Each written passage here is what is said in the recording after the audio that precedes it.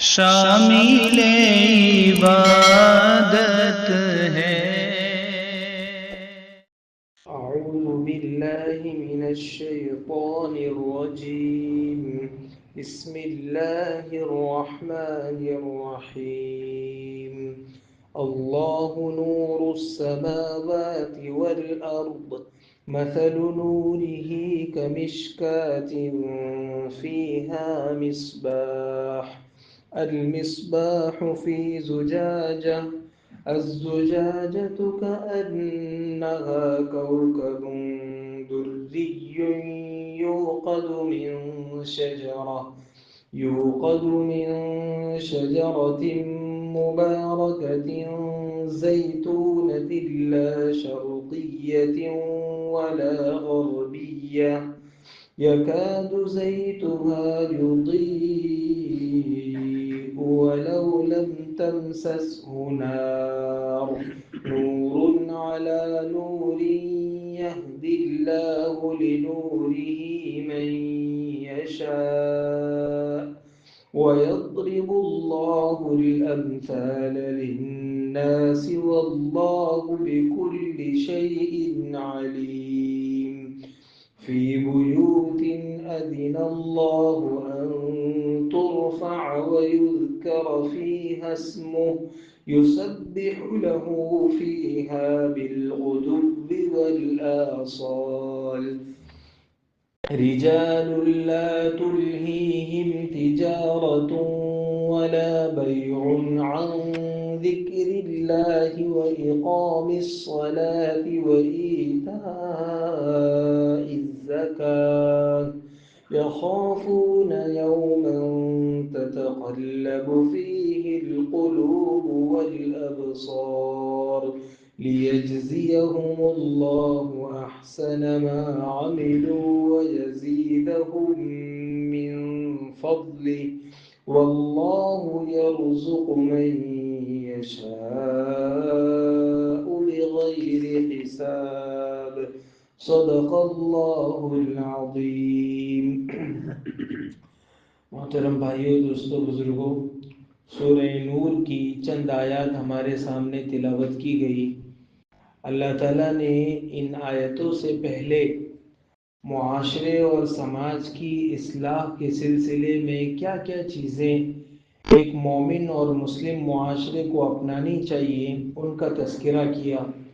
چنانچہ آنکھوں کو نیچی رکھنے کا، اپنی زبانوں کی حفاظت کرنے کا، اور اس طرح کی جتنی بھی چیزیں ہیں جو سماج میں بے حیائی اور بے شرمی پھیلاتی ہیں ان پر اللہ تعالیٰ نے روک لگائی، اور ساتھ میں ان کے لیے سزاؤں کا، حدود کا بھی اللہ تعالیٰ نے تذکرہ فرمایا۔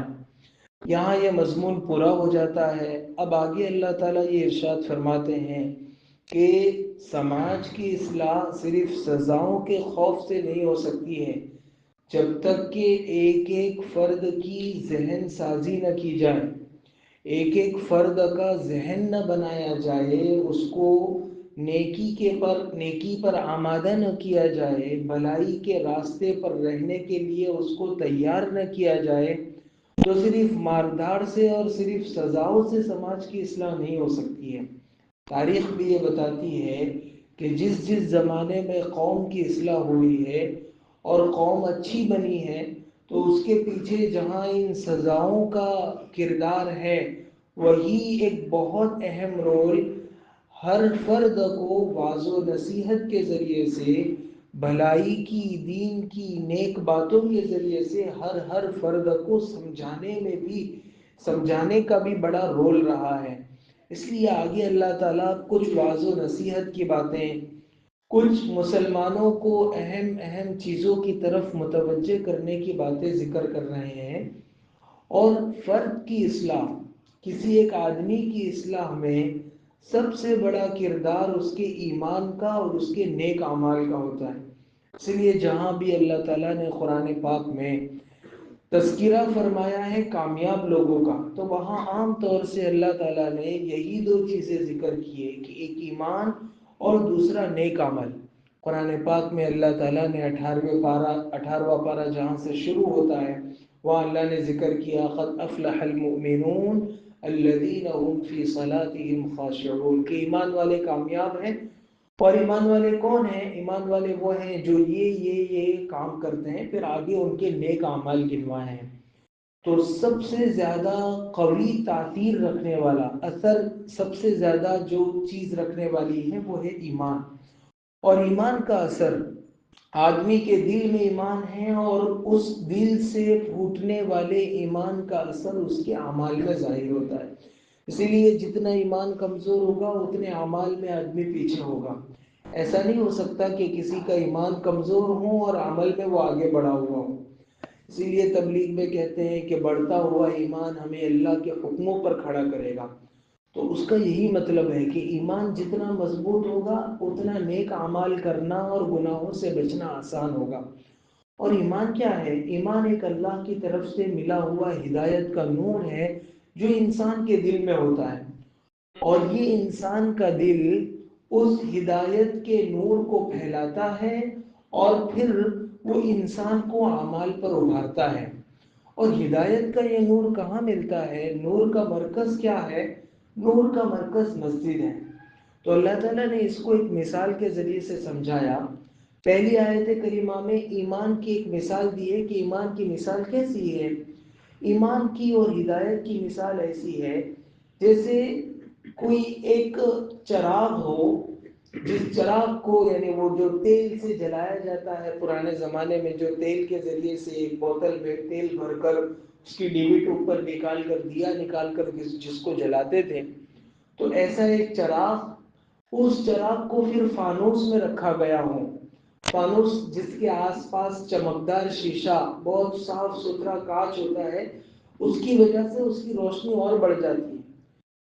پھر اس فانوس کو کسی تاخچے میں رکھا ہو.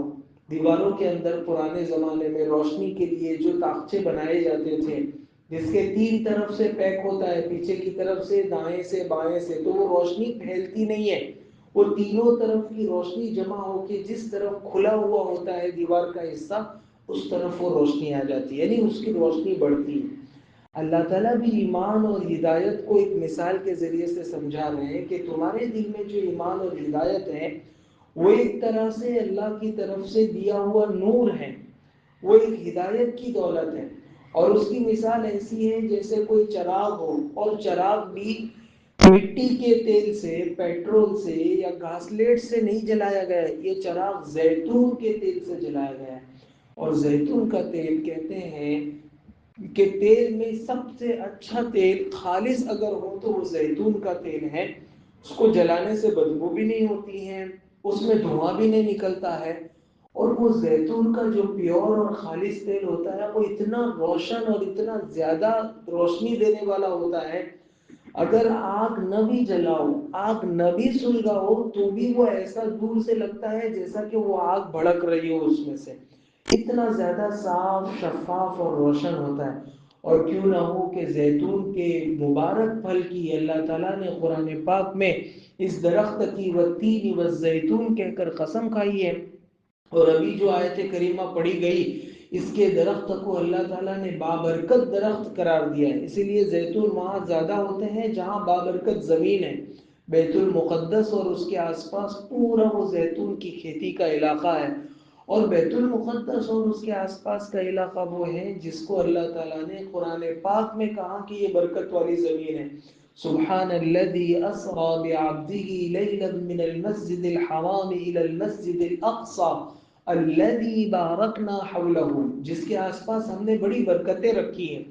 تو زیتون کا تیل ایک تو خود برکت والا، درخت برکت والا، پھر تیل اتنا صاف شفاف، پھر اس کو چراغ میں رکھا، پھر اس چراغ کو ایک فانوس میں، شیشے میں رکھا جس سے اس کی روشنی اور پھیلتی ہے، اور پھر اس فانوس کو ایک تاخچے میں رکھا جس کی وجہ سے اس کی روشنی اور زیادہ بڑھ جاتی ہے. اللہ تعالیٰ فرماتے ہیں ایک ایمان والے کے دل میں رکھا ہوا نور ہدایت، ہدایت کا نور، تو اس کی مثال ایسی ہی ہے جیسے ایک تاخچے میں فانوس رکھا ہو، فانوس کے اندر چراغ ہو، چراغ میں زیتون کا تیل رکھا ہوا ہو، اس کی کتنی روشنی ہوتی ہے، اس سے زیادہ ایک ایمان والے کے نور ہدایت کی روشنی ہے. وہ ایک مثال کے ذریعے سے اس کو سمجھایا۔ اور اس روشنی سے کیا ہوتا ہے؟ اس روشنی سے آدمی راستہ دیکھتا ہے۔ اسی لیے جس کے پاس ایمان کا نور ہوتا ہے اللہ تعالیٰ اس کو اچھائی کا راستہ سجھاتے ہیں اور برائی کے راستے سے بچاتے ہیں۔ جسے ٹارچ سے، فانوس کے ذریعے سے ہم کیا کرتے ہیں؟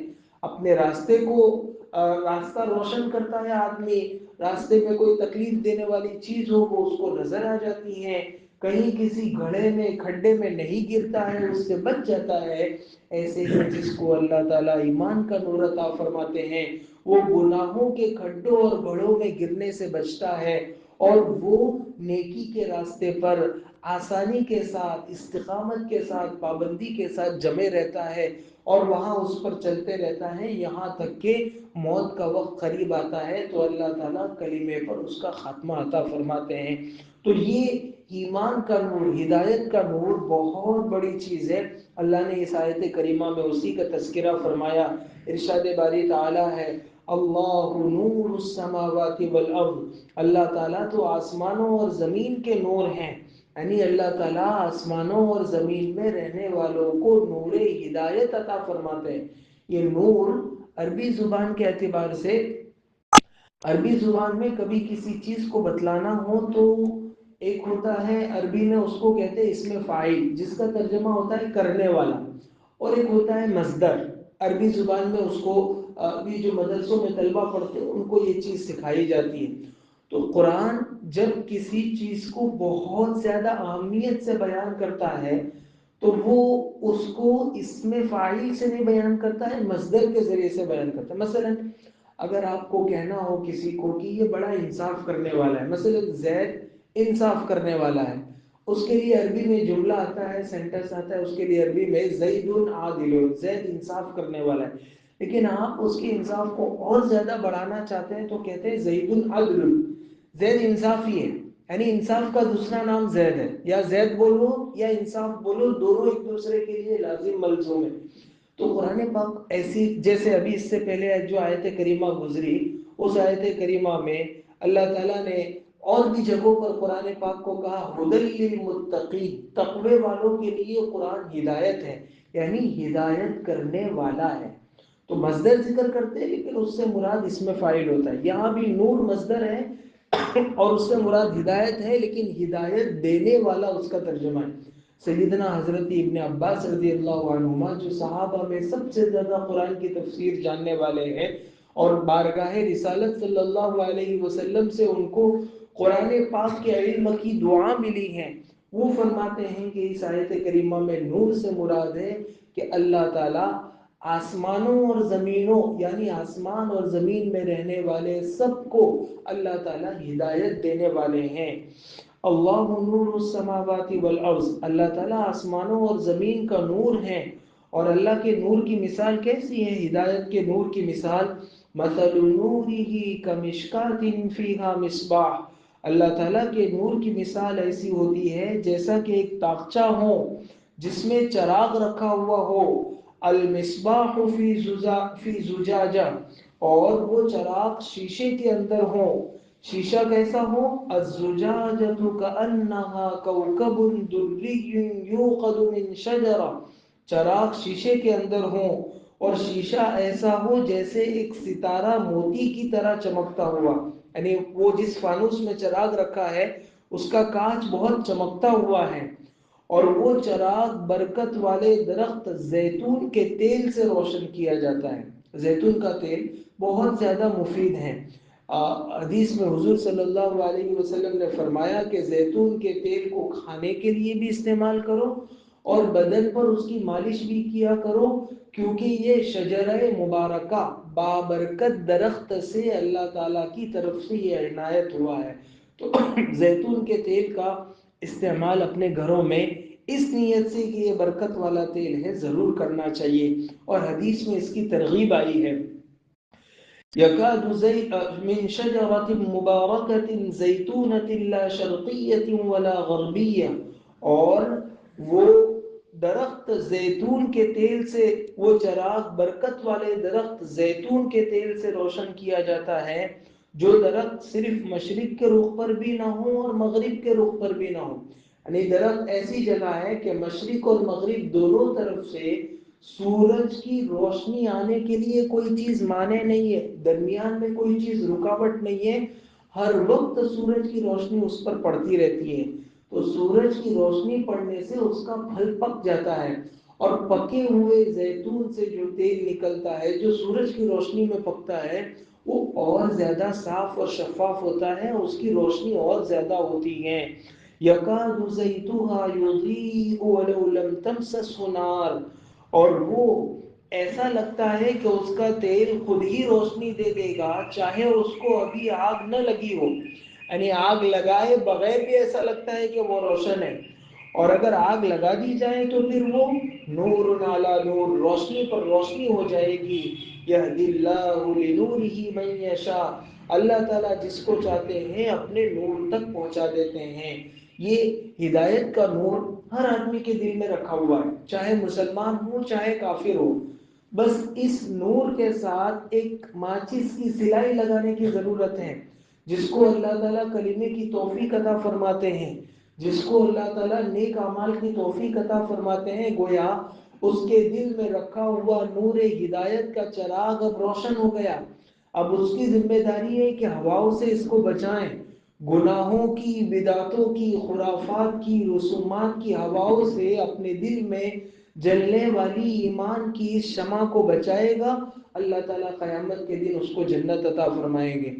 اور یہ نور ایمان، یہ ہدایت والی روشنی فطری طور پر اللہ نے ہر آدمی کے دل میں رکھی ہے، اور اسی کو حضور صلی اللہ علیہ وسلم نے ارشاد فرمایا، کل مولود یولد علی الفطرہ، ہر بچہ انسانی فطرت پر، اسلامی فطرت پر پیدا ہوتا ہے، بس ضرورت ہے کہ دل میں جو چراغ ہدایت کا رکھا ہوا ہے اس کو جلاوے، اس ڈھکن کو کھولے، اس میں سے روشنی نکلے گی، اس میں سے خوشبو نکلے گی۔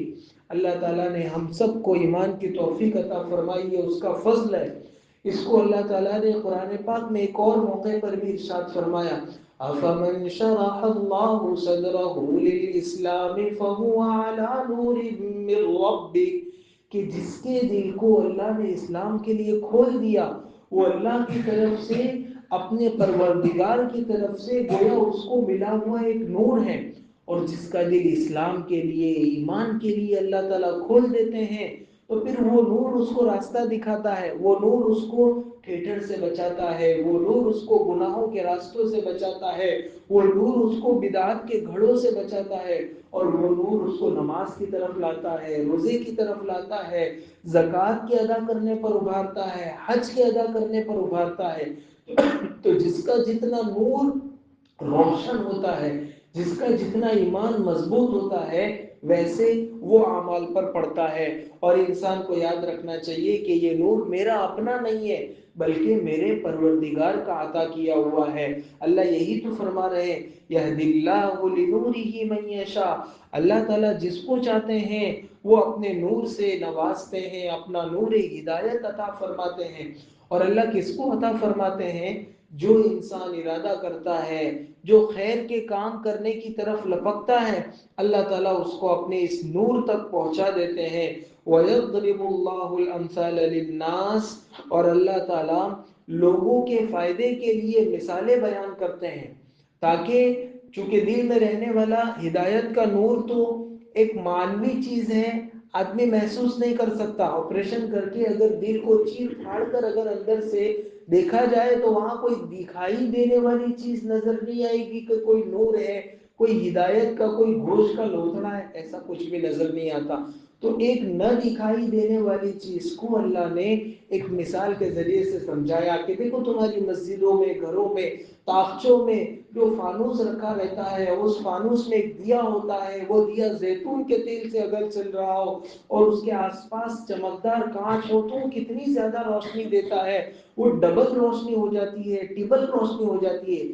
ایسے ہی تمہارے دل میں ایمان کا نور ہے، اگر اس نور ایمان کی حفاظت کی گئی تو وہ ہر گزرتے دن کے ساتھ روشنی زیادہ دے گا۔ اسی لیے جو حدیث پڑھانے والے علماء ہیں وہ یہ کہتے ہیں کہ ایمان ایک جگہ نہیں رہتا ہے آدمی کا، الایمان یزید و ینقص، ایمان بڑھتا بھی ہے اور گھٹتا بھی ہے۔ نیک کام کریں گے تو ایمان بڑھتا رہے گا، اور گناہ کا کام آدمی کرے گا، نمازیں چھوڑے گا، فجر کی نماز چھوڑے گا، ظہر کی نماز، تو ایمان ڈاؤن ہوتا جائے گا، گھٹتا جائے گا۔ ضرورت اس کی ہے کہ ہم اپنے ایمان کی حفاظت کرنے کے لیے نیک اعمال کی پابندی کریں۔ وَيَضْرِبُ اللَّهُ الْأَمْثَالَ لِلنَّاسِ، اور اللہ تعالیٰ تو لوگوں کے فائدے کے لیے مثالیں بیان فرماتے ہیں۔ وَاللَّهُ بِكُلِّ شَيْءٍ عَلِيمٌ، اور اللہ مثالیں بیان کرنے میں چوکتے نہیں ہیں۔ اللہ کی مثال ایک دم پرفیکٹ ہوتی ہے، فٹ آتی ہے، صحیح صحیح جو مثال اللہ نے بیان کی ہے اس پر چسپاں ہوتی ہے۔ واللہ بکل شیء علیم، اور اللہ تعالیٰ تو ہر چیز کو اچھی طرح جاننے والے ہیں، خوب جاننے والے ہیں۔ پھر آگے اللہ نے کیا فرمایا کہ یہ نور ہدایت کہاں ملے گا، یہ نور ہدایت کہاں محفوظ رہے گا؟ کہا گناہوں کی وادیوں میں بھٹکو گے تو یہ نور ہدایت محفوظ نہیں رہے گا۔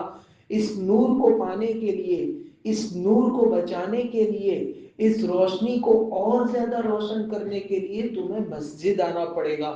اسی لیے فوراً اس آیت کے بعد اللہ تعالیٰ نے دوسری آیت میں مسجدوں کا تذکرہ فرمایا ہے۔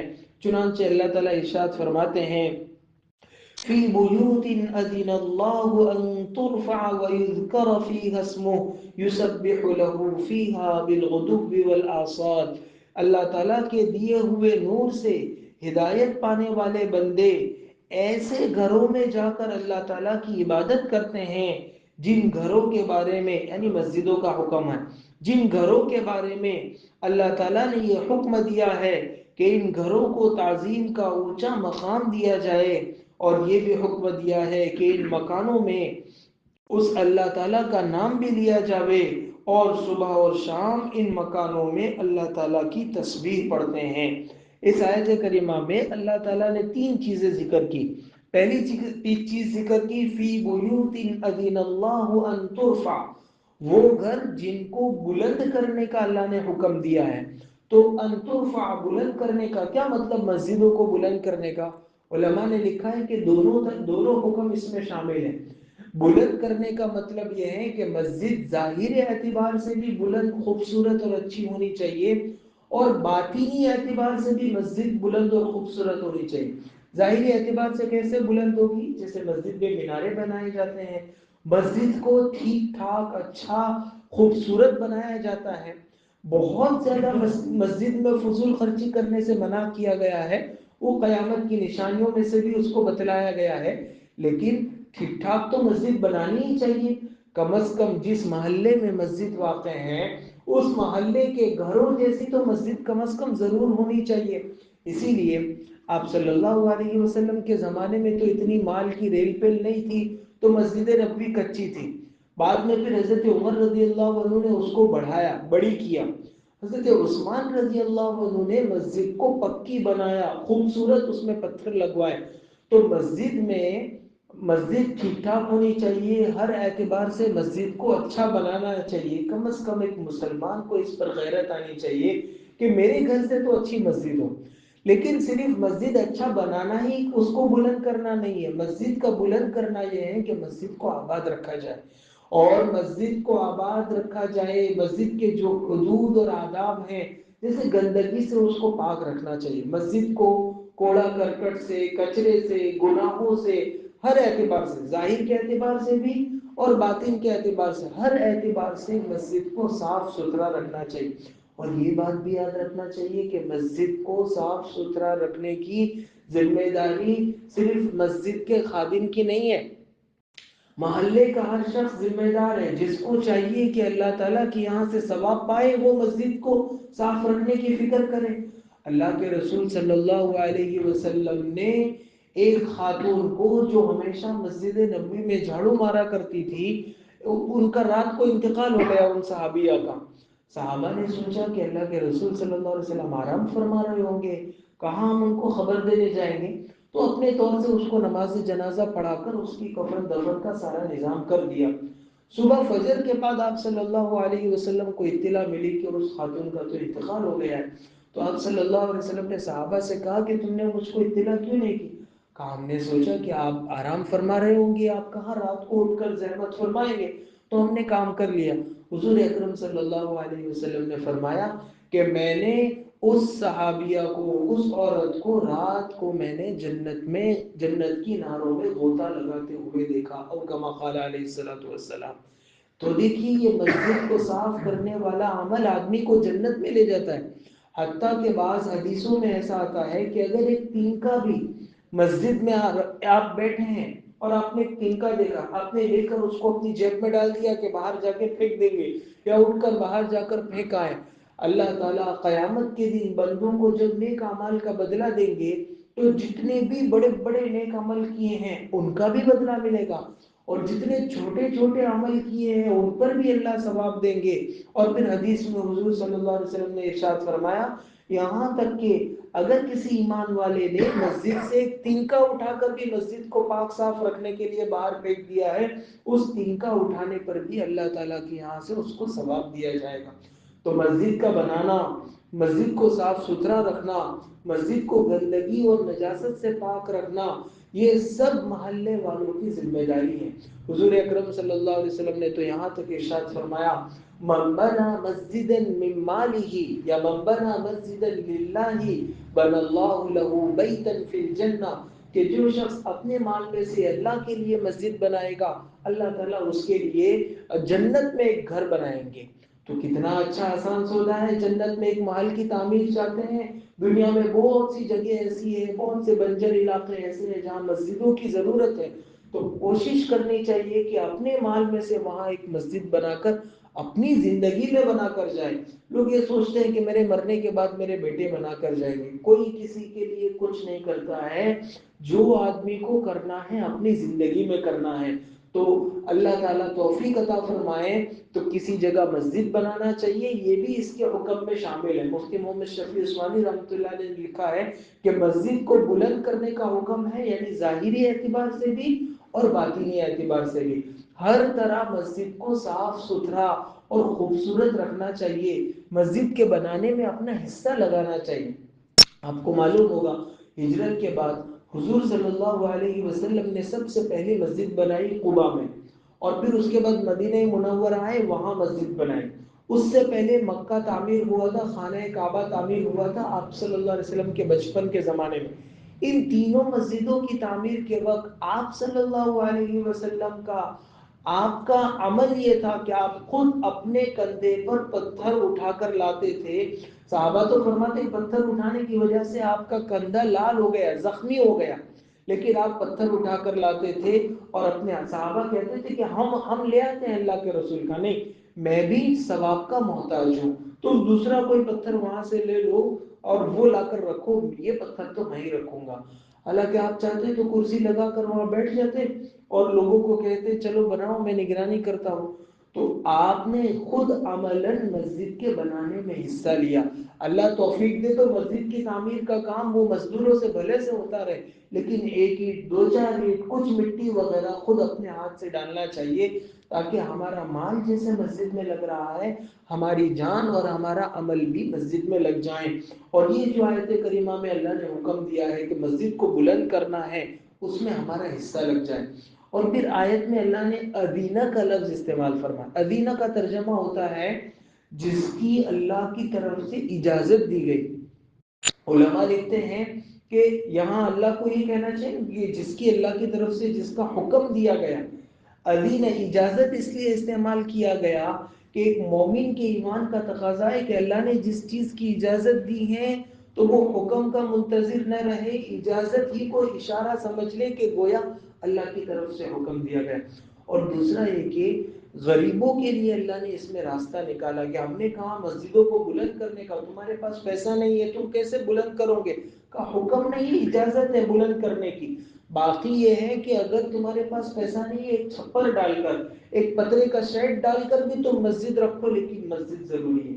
حضور اکرم صلی اللہ علیہ وسلم نے مدینہ منورہ میں آنے کے بعد 6 مہینے تک اپنا گھر نہیں بنایا تھا، لیکن جیسے ہی آپ آئے پہلے ہی دن مسجد نبوی کی تعمیر شروع کر دی تھی، پہلے ہی دن۔ اور یہ تو متعدد بزرگوں اور علماء کی جانب سے ہم سنتے رہتے ہیں، سوشل میڈیا پر بھی آتے رہتا ہے کہ اللہ نے ہماری گجرات کی قوم کو وہ خصوصیت دی ہے کہ وہ دنیا کے کسی کونے میں چلی جاتی ہے، اپنا گھر ہو نہ ہو مسجد اور مدرسے کی فکر پہلے کرتے ہیں۔ اسی لیے دنیا کی بہت سی قومیں جو الگ الگ ملکوں میں ہجرت کر کے گئی، عرب لوگ ان کی دوسری تیسری نسل وہ مرتد ہو گئی اور انہوں نے اپنا مذہب چینج کر لیا، یا تو وہ ملحد ہو گئی، اکثر دین کو چھوڑ دیا، کرسچن بھی نہیں اپنایا، سارا دین چھوڑ دیا انہوں نے، اور اپنے آپ کو اور غیر مذہب کی لڑکیوں سے شادیاں کرنے لگے۔ وجہ یہ ہے کہ ان کے باپ داداؤں نے ان کو مسجد اور مدرسے سے نہیں جوڑا۔ ہمارا جو طبقہ بیرون ملکوں میں، باہر کے ملکوں میں بسا ہوا ہے، یا انڈیا میں بھی کہیں بھی ہمارا بندہ جاتا ہے، وہ پہلی فکر اس کی کرتا ہے کہ مسجد ہونی چاہیے مسلمانوں کے ماحول میں اور مسلمانوں کے محلے میں، اور دوسرا مسجد کے ساتھ مکتب اور مدرسہ ہونا چاہیے۔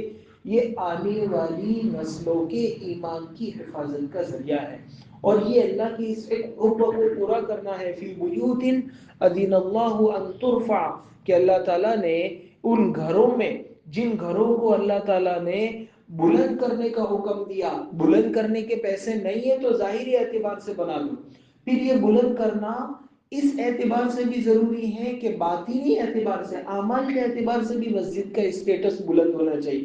ایسا نہیں ہے مسجد تو عالیشان بنا دی اور نمازی خالی ہے۔ وہ کہتے ہیں کہ پرانے زمانے میں مسجدیں کچی تھی، نمازی پکے تھے، اور اب ایسا ہو گیا کہ مسجدیں پکی ہیں اور نمازی کچے ہیں۔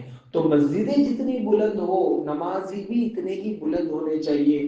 مسجد ہر وقت آباد رہنی چاہیے، مسجد کی آبادی کی فکر کرنا چاہیے، لوگوں کو گشت کر کے مسجدوں کی طرف بلانا چاہیے، نماز کی طرف بلانا چاہیے۔ یہ بھی اللہ تعالیٰ کے اس حکم کو پورا کرنے میں شامل ہے۔ فی بیوت اذن اللہ ان ترفع، مسجد کے حدود اور آداب کا لحاظ رکھنا چاہیے، مسجد میں آ کر باتیں نہیں کرنی چاہیے۔ جو آدمی مسجد میں آ کر دنیا کی باتیں کرتا ہے اللہ تعالیٰ اس سے ناراض ہوتے ہیں۔ وہ مسجد میں آتا ہے، دعا کرتا ہے اللہم افتح لی ابواب رحمتک، کہ اللہ میرے لیے رحمت کے دروازے کھول دے، اور مسجد میں اندر آ کر دنیا کی باتیں کرتا ہے۔ حدیث شریف میں آتا ہے کہ جو شخص مسجد میں آ کر دنیا کی باتیں کرتا ہے، ایک فرشتہ اللہ تعالیٰ متعین فرماتے ہیں، وہ فرشتہ اس کو کہتا ہے اسکت یا ولی اللہ، اے اللہ کے دوست چپ ہو جا۔ مسجد اس کے لیے نہیں ہے دنیا کی باتیں کر، مسجد تو اللہ کا ذکر کرنے کے لیے، قرآن کی تلاوت کرنے کے لیے، نماز کے لیے ہے مسجد۔ تو اگر وہ چپ نہیں ہوتا تو تھوڑی دیر کے بعد فرشتہ کہتا ہے اسکت یا بغید اللہ، اے اللہ کے دشمن چپ ہو جا۔ پھر بھی اگر وہ چپ نہیں ہوتا تو تیسری مرتبہ فرشتہ اس کو کہتا ہے اسکت لعنت اللہ علیک، او اللہ کے دشمن چپ ہو جا، اللہ کی تجھ پر لعنت ہو۔ تو مسجد میں آیا اللہ کی رحمت کو لینے کے لیے، اور ہم اب مسجد کے حدود اور آداب اور اس کا احترام نہ کر کے گویا مسجد سے اللہ تعالیٰ کی لعنت لے کر لوٹتے ہیں۔ اور یہ یاد رکھنا چاہیے کہ مسجد میں باتیں کرنا جیسے فزیکل ریلیشن ہوتا ہے اور جسمانی طور پر ہم کسی سے بات کرتے ہیں، ڈیجیٹل تعلقات اور موبائل میں آ کر مسجد میں کسی کو میسج کر رہے ہیں، وہ بھی اسی حکم میں۔ اس وقت بھی ایک فرشتہ ہم کو کہتا ہے کہ اللہ کے دشمن یہ موبائل جیب میں رکھ لیں۔ مسجد میں دنیا کی باتیں نہیں کر سکتے، دین کی باتیں کرنے کی اجازت ہے، لوگوں کو تعلیم کرنے کی، سنتیں بتانے کی، مختلف قرآن حدیث کے حلقے، مسائل کے حلقے قائم کرنے کی، لیکن مسجد میں دنیا کی گشت وغیرہ کے آداب ہو رہے، دین کی چیزیں ہو رہی ہے، تعلیم ہو رہی، ان سب چیزوں کی اجازت ہے۔ بلکہ علماء نے تو یہاں تک کہا ہے کہ مسجد اللہ نے نماز کے لیے بنائی ہے، اگر لوگ نماز پڑھ رہے ہیں تو ایک کونے میں بیٹھ کر کوئی زور زور سے ذکر بھی نہیں کر سکتا۔ ذکر وہ تو اللہ کا ذکر ہے نا، تو ذکر جہری جس کو کہتے ہیں، اگر لوگ سنتیں پڑھ رہے ہیں تو ذکر جہری کرنے سے بھی منع ہے، کیونکہ مسجد نماز کے لیے ہے۔ قرآن کی تلاوت بھی اس وقت آہستہ کرنی چاہیے، فضائل کی تعلیم بھی تھوڑا انتظار کرنا چاہیے کہ اکثر نمازی سب نماز سے فارغ ہو گئے اکثر، اور تو اس وقت فضائل کی تعلیم کرنی چاہیے۔ جب اللہ کے ذکر کی اجازت نہیں ہے اس حالت میں جب کہ کوئی نماز پڑھ رہا ہو، اب ہمارے پیچھے دو لوگ نماز پڑھ رہے ہیں، ہم آگے بیٹھ کے دو لوگ زور زور سے باتیں کر رہے ہیں، اور اس کی نماز میں خلل ہو رہا ہے۔ جب ذکر کی اجازت نہیں ہے تو باتوں کی اجازت کہاں سے ہوگی؟ یہ بھی مسجد کو بلند کرنے میں شامل ہے کہ مسجد کو دنیا کی باتوں سے اور مسجد کو اللہ بلا چیزوں سے پاک رکھنا چاہیے۔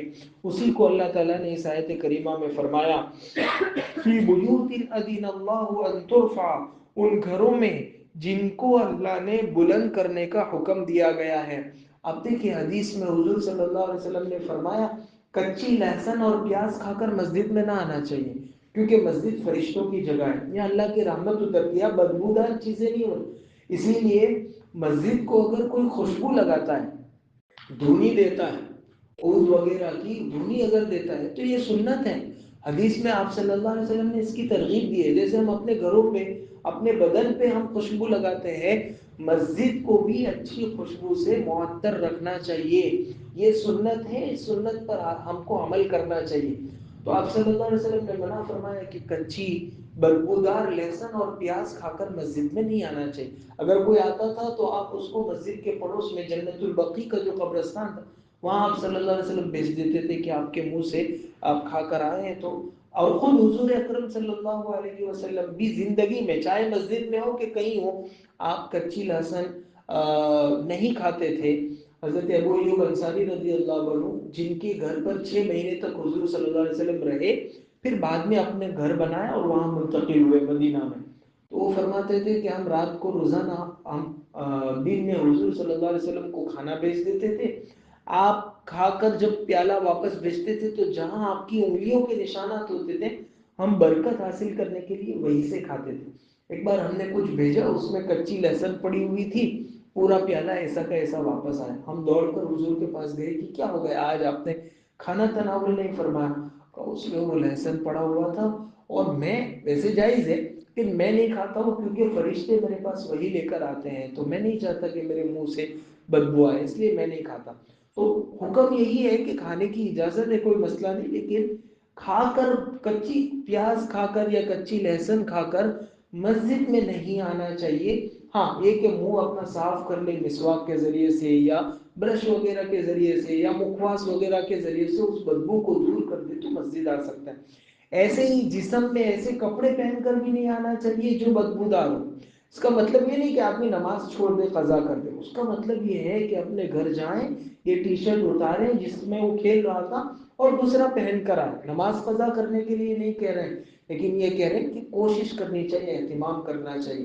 کسی بزرگ سے پوچھا کہ مسجد میں کیا پہن کر آنا چاہیے، کا اتنا ایسا لباس پہن کر آنا چاہیے جس کو پہن کر آپ بڑے دنیاوی بڑے مجمع میں جاتے ہیں، ویسا لباس ہونا ہے۔ اب آدمی کیا کرتا ہے، آفس میں تو بہت بن ٹھن کے جاتا ہے، سب چیزیں لگا کے، جتنی چیزیں آفس میں ضروری ہیں وہ ساری کر کے جاتا ہے، اور رات کو جب عشاء میں مسجد میں آتا ہے تو وہی ایک ٹی شرٹ اور بنیان لے کر آتا ہے۔ کیا یہ ٹی شرٹ اور یہ ٹی شرٹ اور لنگی میں آپ آفس میں جاتے ہیں؟ کبھی منع نہیں ہے، ناجائز نہیں ہے، آ سکتا ہے آدمی، کوئی لباس میں غنیمت ہے کہ مسجد تو آ رہا ہے۔ کوشش کرنی چاہیے کہ مسجد آتے وقت اچھا لباس پہنا ہو۔ یا بنی آدم خذوا زینتکم عند کل مسجد، اللہ نے قرآن میں حکم ذکر فرمایا۔ مفتی سعید صاحب پالنپوری رحمۃ اللہ علیہ نے اپنے دیوبند کے ایک استاد کا قصہ لکھا ہے جو عرب کے علاقے کے تھے، اور عربوں کو تو ویسے ہی انڈیا میں بہت گرمی لگتی ہے، اور ان کا تو جسم میں وہ چمڑی سفید ہوتی ہے، ذرا بھی گرمی لگی وہ لال لال اس پہ پھنسیاں نکل آتی۔ کہتے کہ میں ہمیشہ ان کو دیکھتا تھا جب وہ مسجد کے لیے جاتے تھے تو پہلے تو وہ اندر کا جو لباس ہوتا ہے وہ پہنتے تھے، پھر اوپر سے عربی جبہ پہنتے تھے، پھر اوپر سے وہ عرب حضرات جو کوٹ اور صدری پہنتے ہیں وہ پہنتے تھے، اچھی سی بڑی بالوں والی ٹوپی جس میں بہت گرمی لگتی وہ پہنتے تھے، مسجد جاتے تھے، نماز پڑھتے، جیسے ہی سلام ہوتی تھی فوراً بھاگ کر وہاں واپس روم پر کمرے پر آتے تھے، اور وہ جو کچھ پہنا ہوا ہے سب ایسے پھینک دیتے تھے جیسے وہ کاٹ رہا۔ میں نے ایک دن پوچھا کہ حضرت آپ اتنا سارا کیوں پہنتے؟ جب کہا نہیں، مسجد اللہ کا گھر ہے، اللہ کے گھر میں ہم کو ایسی حالت میں جانا چاہیے جو حالت میرے اللہ کو پسند ہو، تو میں ایسی اللہ بلا حالت میں جانا نہیں چاہتا۔ تو یہ سب مسجد کو بلند کرنے میں شامل ہے۔ ہمارے لوگ مسجد کی تعمیر میں تو خوب حصہ لیتے ہیں، پورا محلہ جوش و خروش میں ہوتا ہے، لیکن ساتھ ساتھ میں اس کا اہتمام بھی کرنا چاہیے کہ مسجد کی باطنی اعتبار سے، اعمال کے اعتبار سے بھی مسجدیں بلند ہو. وَيُذْكَرَ فِيهَا اسْمُهُ يُسَبِّحُ لَهُ فِيهَا بِالْغُدُوِّ وَالْآصَالِ. اور مسجد تعمیر کرنے میں اتنا ہی خرچہ کرنا چاہیے جتنا محلے والے کر سکتے ہیں. اب یہ ایک نئی بیماری ہمارے یہاں ہو گئی کہ کسی جگہ مسجد تعمیر کرنی ہے، محلے والے تو پیسہ نہیں نکال رہے ہیں اور سارے ملک میں چندہ ہو رہا ہے اور خوب پیسہ لا کے خوب عالیشان مسجد بنائی جا رہی ہے. محلے والے جب اپنا گھر اپنے پیسوں سے تعمیر کرتے ہیں تو اپنی مسجد میں وہ اپنا پیسہ کیوں نہیں لگائیں گے؟ پھر لوگ آ کے پوچھتے ہیں کہ مسجد میں انٹرسٹ کے پیسے لگائیں تو چلے گا، ہم تو بیت الخلا بنا رہے ہیں. لوگ آ کے پوچھتے ہیں کہ مسجد میں زکوٰۃ کی رقم لگائیں تو چلے گا، آپ اپنی اولاد کو زکوٰۃ کی رقم نہیں کھلا سکتے ہیں اور نہ آپ کی غیرت گوارا کرتی ہے تو اللہ کے گھر کے لیے زکوٰۃ کی رقم تو مال کا میل ہے، اللہ کے گھر کے لیے کیسے اس کو استعمال کر سکتے ہیں؟ اور یہ جو مسجد کے ادب کی بات ہے نا، علماء نے لکھا ہے کہ جن جن گھروں میں اللہ کا ذکر ہوتا ہے ان کا بھی ادب کرنا چاہیے. مثلا مسجد کے پڑوس میں کوئی مدرسے کے نام سے عمارت ہے تو اس کا بھی ادب احترام کرنا چاہیے. کوئی خانقاہ کے نام سے کوئی عمارت بنی ہے، اس میں بھی چونکہ اللہ کا ذکر ہوتا ہے، دین کی تعلیم ہوتی ہے، مدرسہ ہے، ان سب کا. بلکہ حضرت عائشہ رضی اللہ عنہا کو حضور صلی اللہ علیہ وسلم نے فرمایا اپنا گھر بناؤ تو اس میں مسجد کا حصہ ضرور رکھو. چونکہ خواتین مسجد میں نہیں آ سکتی ہے، وہ گھر پہ نماز پڑھتی ہے، تو گھر کی ایک چھوٹی مسجد ہونی چاہیے، چاہے ایک کمرہ ہو جائے یا کمرے کا ایک کونا اس نیت سے کر لیا جائے کہ یہ ہمارے گھر کی مسجد ہے. اور پھر حضور صلی اللہ علیہ وسلم نے فرمایا کہ اس کو پاک صاف رکھو اور وہاں خوشبو لگایا کرو. یہ حدیث میں ہے. محلے کی مسجد میں تو لگانا ہی لگانا ہے، گھر کی مسجد یعنی گھر کا وہ کونا یا گھر کا وہ حصہ جس میں عام طور سے خواتین نماز پڑھتی رہتی ہیں، وہاں اس کو بھی پاک صاف رکھنے اور اس کو خوشبو وغیرہ لگا کر رکھنے کا حکم ہے. اگر نیا گھر تعمیر کرتے ہیں اور اللہ نے گنجائش دی ہے تو باقاعدہ ایک کمرہ ہی مسجد کے نام سے بنا دینا چاہیے. اس سے کیا ہوگا؟ آپ کے گھر کے بچوں کا ذہن بنے گا کہ ہاں ہمارا تعلق مسجد سے ہے، ہم مسلمان ہیں اور مسلمان کے گھر میں مسجد کے نام سے ایک حصہ ضرور ہوتا ہے. اور وہ چھوٹے چھوٹے بچے بھی اس کمرے کا تعظیم اور اس کا احترام اور اس کی صاف صفائی کا ضرور خیال رکھیں.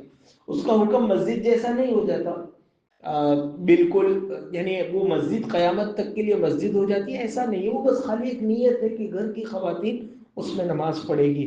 تو اس کو جب پاک صاف رکھنے کا حکم ہے، خوشبو لگانے کا حکم ہے، تو محلے کی مسجد جو کہ شرعی مسجد ہے اس کو تو بہت زیادہ اس کا اہتمام کرنا چاہیے. فی بیوت اذن اللہ ان ترفع ویذکر فیہا اسمہ. اور یہ حکم بھی دیا کہ ان مکانوں میں اللہ تعالیٰ کا نام بھی لیا جائے، یعنی مسجد میں اللہ تعالیٰ کا ذکر کیا جائے. یسبح له فیہا بالغدو والآصال. ان مکانوں میں صبح اور شام اللہ تعالیٰ کی لوگ تسبیح پڑھتے ہیں. صبح اور شام، صبح اور شام کا مطلب یہ ہے کہ ہمیشہ.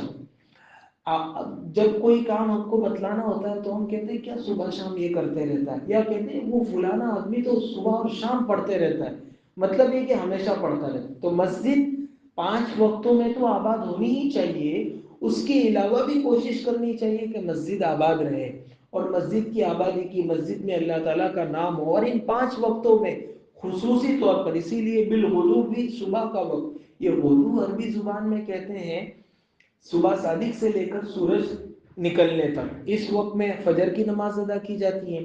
پھر اس کے بعد اللہ نے آصال، اصیل کی جمع ذکر کیا. اس کو عربی میں کہتے ہیں سورج کے زوال، یعنی دوپہر میں 12:30 سوا 12 کے بعد سے، 12 کے بعد سے زوال سے لے کر رات تک کے وقت کو کہتے ہیں جس میں ہماری 4 نمازیں آتی ہیں، ظہر، عصر، مغرب، عشاء. اور فجر کی نماز تو بالغدو میں گویا 5 نمازوں کے ذریعے سے اللہ تعالیٰ کی تسبیح بیان کرنے کے لیے اس آیت کریمہ میں کہا جا رہا ہے. پھر اگلی آیت میں اللہ تعالیٰ ارشاد فرماتے ہیں کہ کون لوگ ہیں جو مسجدوں کو آباد کرتے ہیں. یہ ہدایت کا نور اگر تم کو لینے جانا ہے تو مسجد میں کس سے ملے گا؟ کہا مسجد میں ان لوگوں سے ملے گا جو اللہ کے لیے اللہ کے گھر کو آباد کرتے ہیں اور اپنے کاروبار میں اور اپنے دھندوں میں رہ کر نماز سے غافل نہیں ہوتے. رجال لا تلہیہم تجارت ولا بیع عن ذکر اللہ واقام الصلاة وایتاء الزکاة. مفتی سعید صاحب قلم پوری نے تو لکھا ہے کہ جو نیک بندے ہمیشہ مسجد میں ہوتے ہیں نا، یہ اللہ تعالیٰ کا جو نور ہدایت ہے اس کو پیدا کرنے والی مشینیں ہیں. آپ جب مسجد میں آتے ہیں ان کے بازو میں رہتے ہیں، ان کے دل سے نور نکل کے آپ کے دل میں آتا ہے. تو اللہ والوں کی صحبت سے نور منتقل ہوتا ہے، آپ کی زندگی میں بھی نور آتا ہے. اسی لیے کوشش کرنی چاہیے کہ اکیلے گھر میں نماز پڑھنے کے بجائے مسجد میں نماز پڑھے. کیا پتہ اللہ کسی کی برکت سے ہماری نماز بھی قبول کر دے. اور حدیث میں تو آتا ہے کہ جماعت کے ساتھ نماز پڑھنے میں 27 درجہ زیادہ ثواب ملتا ہے. یعنی ایک آدمی آپ سے یوں کہے کہ آپ اس دکان سے لیں گے تو آپ کو 1 روپے کی ایک چیز ملے گی، اور اگر آپ اس کے بازو والی دکان سے لیں گے تو آپ کو 1 روپے کی 27 چیزیں ملے گی. آدمی کہاں جائے گا؟ 27 چیزیں لینے جائے گا. مگر ہم گھر پہ نماز پڑھتے ہیں، مسجد میں 27 درجے کا ثواب لینے کے لیے نہیں آتے ہیں. اور ایک بہت بڑے محدث ہے محمد ابن سما، ان کی ایک مرتبہ جماعت کی نماز رہ گئی مسجد کی. انہوں نے سوچا کہ حدیث میں چونکہ 27 مرتبہ ایک نماز کا 27 نمازوں کا ثواب ہے، اب میری نماز چھوٹ گئی تو میں آج کی مثلاً عشاء کی نماز میں 27 مرتبہ پڑھوں گا، 1 مرتبہ فرض اور باقی نفل، تاکہ روز مجھ کو جو 27 نمازوں کا ثواب ملتا ہے وہ میرا ضائع نہ ہو جائے. چنانچہ انہوں نے 27 مرتبہ عشاء کی نماز پڑھی. پھر جب رات کو سو گئے تو حدیث میں خواب میں ایک کہنے والے شخص نے یوں کہا کہ 27 مرتبہ نمازیں تو پڑھ لی، پر وہ فرشتوں کی آمین کہاں سے لاؤ گے؟ یہ اصل میں ایک حدیث کی طرف اشارہ ہے. حدیث میں آتا ہے کہ جب امام نماز پڑھاتا ہے اور پیچھے لوگ کھڑے رہتے ہیں، امام جب سورہ فاتحہ پڑھتا ہے اور وَلَضَّالِّينَ کے بعد وہ آہستہ آواز سے آمین کہتا ہے، اس وقت فرشتے بھی آمین کہتے ہیں. مقتدیوں میں سے جس کی آمین فرشتوں کی آمین کے ساتھ مل جاتی ہے، اللہ تعالیٰ اس کے پچھلے سارے گناہ معاف کر دیتے. تو وہ خواب میں بزرگ سے کہا گیا کہ گھر میں 27 مرتبہ نماز تو پڑھ لی، لیکن تمہاری نماز پر سورہ فاتحہ کے بعد فرشتوں نے آمین نہیں کہی ہے، وہ تو صرف جماعت کے ساتھ مل سکتی ہے. اس لیے مسجد میں جماعت کے ساتھ نماز پڑھنے کا اہتمام کرنا چاہیے، کیونکہ مسجد میں اللہ کے نیک بندے ہیں جو ہدایت کا نور پیدا کرنے کی مشینیں ہیں. اللہ تعالیٰ ان کے دل میں ہدایت کا نور عطا کرتے ہیں اور اللہ کے ان نیک بندوں سے ہمارے دلوں میں وہ نور منتقل ہوتا ہے. رجال لا تلہیہم تجارت ولا بیع عن ذکر اللہ، وہ لوگ، وہ مرد جن کو کوئی تجارت اور خریدنا بیچنا اللہ تعالیٰ کی یاد سے غفلت میں نہیں ڈالتا ہے. تجارت اور خریدنے بیچنے کاروبار کی وجہ سے وہ نمازوں کے میں غفلت نہیں کرتے ہیں. حدیث میں آتا ہے حضرت عبداللہ ابن عمر رضی اللہ عنہما کے ایک شاگرد ہے سالم، وہ کہتے ہیں کہ ایک مرتبہ ہم لوگ بازار سے جا رہے تھے، اتنے میں اذان ہوئی تو صحابہ کا ماحول الگ تھا. سب لوگوں نے اپنی اپنی دکانیں ایسے ہی چھوڑ دی اور سب مسجد کی طرف دوڑے. تو اس وقت حضرت عبداللہ ابن عمر نے کہا کہ یہی لوگ ہیں جن کے بارے میں قرآن پاک نے کہا کہ رجال لا تلہیہم تجارت، کہ وہ لوگ ہیں جن کو تجارت اللہ کی یاد سے اور نماز سے غافل نہیں کرتی ہے. حضرت شیخ رحمۃ اللہ علیہ نے فضائل اعمال میں حکایت صحابہ میں 2 صحابہ کا قصہ لکھا ہے کہ وہ ایک صحابی تھے تجارت کرتے تھے اور دوسرے صحابی تھے وہ لوہار تھے، لوہے سے ہتھیار اور تلوار اور چاقو وغیرہ بناتے تھے.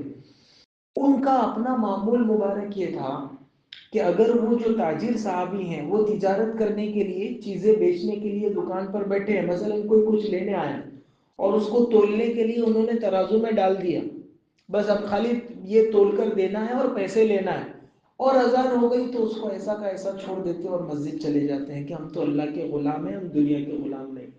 اب نہیں، اللہ نے بلا لیا اس کے بعد کوئی کاروبار نہیں، ختم. اور ہم مسجد کی اذان ہو جاتی ہے اس کے بعد بھی ہمارا سوشل میڈیا پر وہ ریلز دیکھنا چالو رہتا ہے. آدمی گھڑی دیکھتا ہے، ریلز دیکھتا ہے، گھڑی دیکھتا ہے کہ ابھی تو 5 منٹ باقی ہے، ابھی تو 3 منٹ باقی ہے، ابھی تو 2 منٹ باقی ہے، اور بالکل آخری وقت میں مسجد میں پہنچتا ہے. اور صحابہ کا یہ حال تھا. ہم تو لغو و فضول بلکہ گناہ کا کام کر رہے ہیں، اور وہ تو اچھا کام کر رہے تھے. تجارت کرنا اچھا کام ہے اپنے بیوی بچوں کا. دوسرے صحابی کا حال یہ تھا کہ وہ لوہے کو کوئی خاص شیپ دینے کے لیے اس کو گرم کرنا پڑتا ہے. لال لال وہ انگارے میں جب گرم ہو جاتا ہے پھر سامنے رکھ کے اس کو کوٹتے ہیں. اگر وہ گرم اس وقت کوٹا نہیں گیا تو پھر دوبارہ اس کو بھٹی میں رکھ کے گرم کرنا پڑتا ہے. ان کا حال یہ تھا کہ وہ کوٹنے کے لیے ہتھوڑا اٹھا لیتے تھے اور ادھر سے اللہ اکبر کی اذان کی آواز شروع ہوتی تھی تو یہ نہیں کہ چلو جو اٹھایا ہوا ہے وہ مار لیتا ہوں،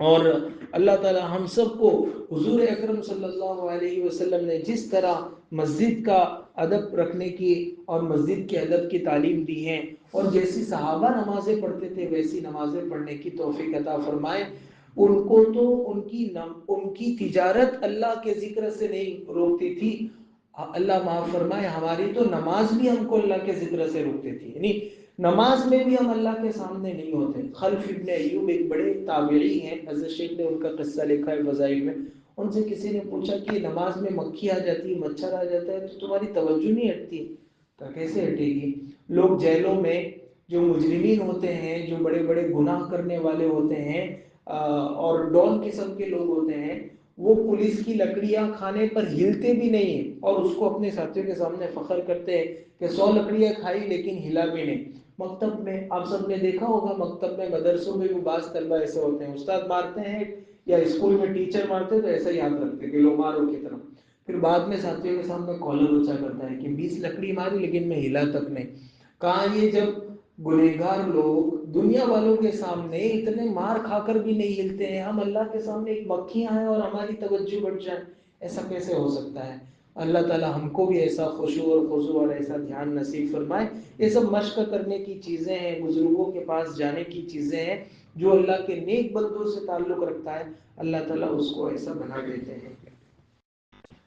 سبحانك اللهم وبحمدك وتبارك اسمك وتعالى جدك ولا إله غيرك، اللهم صل على سيدنا مولانا محمد وعلى آل سيدنا مولانا محمد كما صليت على إبراهيم وعلى آل إبراهيم إنك حميد مجيد، اللهم بارك على سيدنا مولانا محمد وعلى آل سيدنا مولانا محمد كما باركت على إبراهيم وعلى آل إبراهيم إنك حميد مجيد۔ ربنا ظلمنا أنفسنا وإن لم تغفر لنا وترحمنا لنكونن من الخاسرين، رب اجعلني مقيم الصلاة ومن ذريتي ربنا وتقبل دعاء، ربنا اغفر لي ولوالدي وللمؤمنين يوم يقوم الحساب۔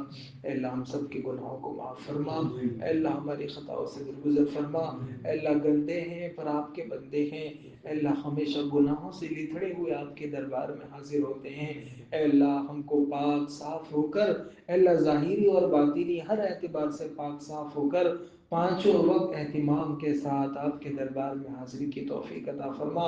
اے اللہ ہمیں اور ہماری اولاد کو نماز کا قائم کرنے والا بنا، اے اللہ ہمیں اور ہمارے بچوں کو نماز کا قائم کرنے والا بنا، اے اللہ ہمیں ہدایت کے نور سے مالا مال فرما، اے اللہ ہمیں اور ہمارے بچوں کو ہدایت کے نور سے مالا مال فرما، اے اللہ ہماری اور ہماری نسلوں کے ایمان کی حفاظت کے فیصلے فرما، اے اللہ مسجدوں کا کھوٹا بن کر رہنے کی توفیق عطا فرما، اے اللہ مسجد آباد کرنے کی، مسجد قائم کرنے کی، مسجد بلند کرنے کی، مسجد صاف رکھنے کی اللہ ہمیں توفیق اور سعادت عطا فرما۔ مسجد کے آداب کی ادنا خلاف ورزی سے اللہ ہماری پوری پوری حفاظت فرما، اے اللہ ہمارے تجارت کاروبار میں بھی برکت عطا فرما، اے اللہ ہمارے کاروبار کو دین کے لیے معین اور مددگار بنا، اے اللہ ہمارے کاروبار کو تیری یاد سے غفلت میں رہنے کا ذریعہ نہ بنا، اے اللہ ہماری روزی روٹی میں بھی برکت عطا فرما، ہماری اولاد میں بھی برکت عطا فرما، ہمارے گھروں میں بھی اے اللہ رحمت اور برکت عطا فرما۔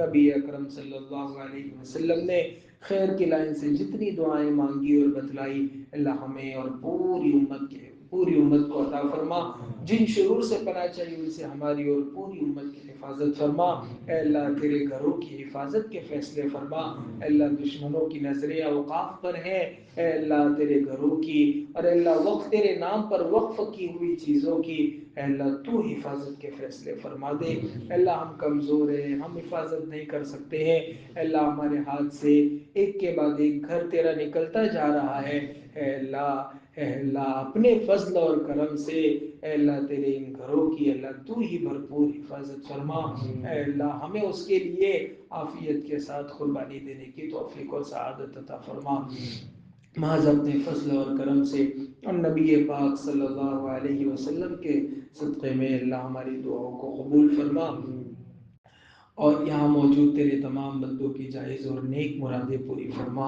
ربنا تقبل منا انك انت السميع العليم وتب علينا انك انت التواب الرحيم، وصلى الله تعالى على خير خلقه سيدنا ومولانا محمد وآله وصحبه اجمعين۔